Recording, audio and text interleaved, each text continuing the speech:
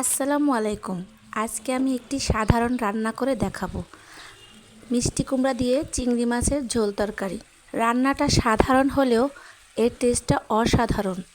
ভাত, রুটি, পরোটা যাই বলেন না কেন এই তরকারিটা খেতে ভীষণ মজা। এই ভিডিওটি যদি ভালো লাগে প্লিজ সাবস্ক্রাইব করে দিয়ে আমার পাশেই থাকবেন। এখানে 1 কেজির কম মিষ্টি কুমড়া নিয়েছি আর এভাবে কেটে নিয়েছি।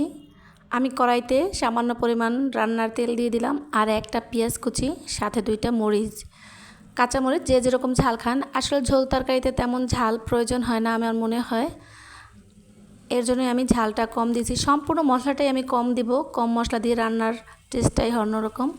আমি এখানে সামান্য পরিমাণ পেঁয়াজ বাটা আর একটু রসুন বাটা মানে দুটো মিলিয়ে 1 টেবিল চামচ পরিমাণ, 1 টেবিল চামচ পরিমাণ জিরা বাটা দিয়ে একটু ভালোভাবে ভেজে নেব। সামান্য পরিমাণ পানি দিয়ে মশলাটা কষিয়ে নেব। যেহেতু চিংড়ি মাছ দিয়ে মিষ্টি কুমড়ার ঝোল তরকারি এখানে বেশি মশলার প্রয়োজন হয় না। 1/2 চা চামচ হলুদের গুঁড়ো আর 1/2 চা চামচ ধনিয়ার গুঁড়ো, পরিমাণ মতো লবণ দিয়ে ভালোভাবে মশলাটা কষিয়ে নেব। এই তরকারি রান্নাটা ভীষণ মজার হয়, এটা জানতে হলে অবশ্যই ভিডিও শেষ পর্যন্ত দেখতে হবে। আর ভিডিওর শেষেই রয়েছে এর গোপন টিপস।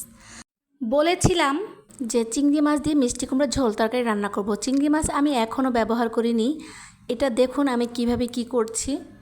এখন মশলার ভিতরে মিষ্টি কুমড়োগুলো দিয়ে ভালোভাবে নেড়েচেড়ে কষিয়ে নেব কিছুক্ষণ। যারা এই ঝোল তরকারি পছন্দ করেন তারা তো খাবেনই চেটেপুটে, পছন্দ করেন না তারা একবার যদি খান আমার বিশ্বাস তাদের মুখে স্বাদ লেগেই থাকবে, বারবার চাইবেন এভাবে রান্না করে খেতে।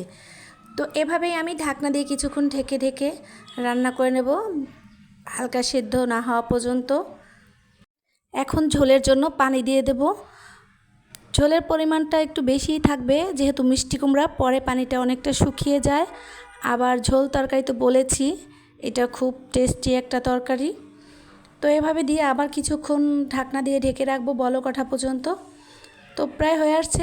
এখন আমি এখানে চিংড়ি মাছ দেব। আপনাদের প্রথমে বলেছিলাম ছোট চিংড়ি দিয়ে রান্না করব। এই দেখুন চিংড়িগুলো আমি প্রথমে ভেজে নিয়েছি, একদম ছোট ছোট চিংড়িগুলো।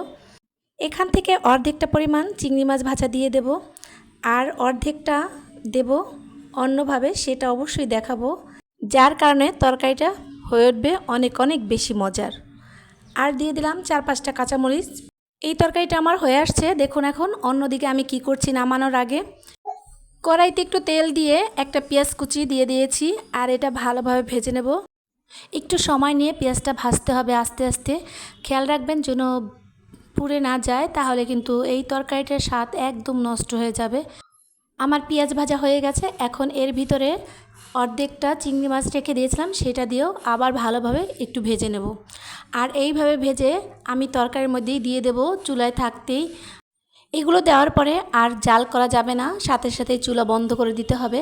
আর এভাবে রান্না করলে অনেক অনেক বেশি মজার হয় তরকারিটা, একবার ট্রাই করে দেখবেন, আশা করি সবারই ভালো লাগবে। তো আমি এখন নামিয়ে নেব তরকারিটা।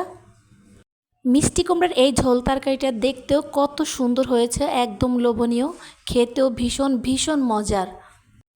কেমন লেগেছে আজকের এই রান্নার রেসিপি অবশ্যই কমেন্ট করে জানাবেন। আপনাদের ভালো লাগা এবং মন্দ লাগা মতামতই আমাকে এগিয়ে নিয়ে যাবে সামনের দিকে। তো সবাই ভালো থাকবেন, 5 ওয়াক্ত নামাজ পড়বেন। আল্লাহ হাফেজ।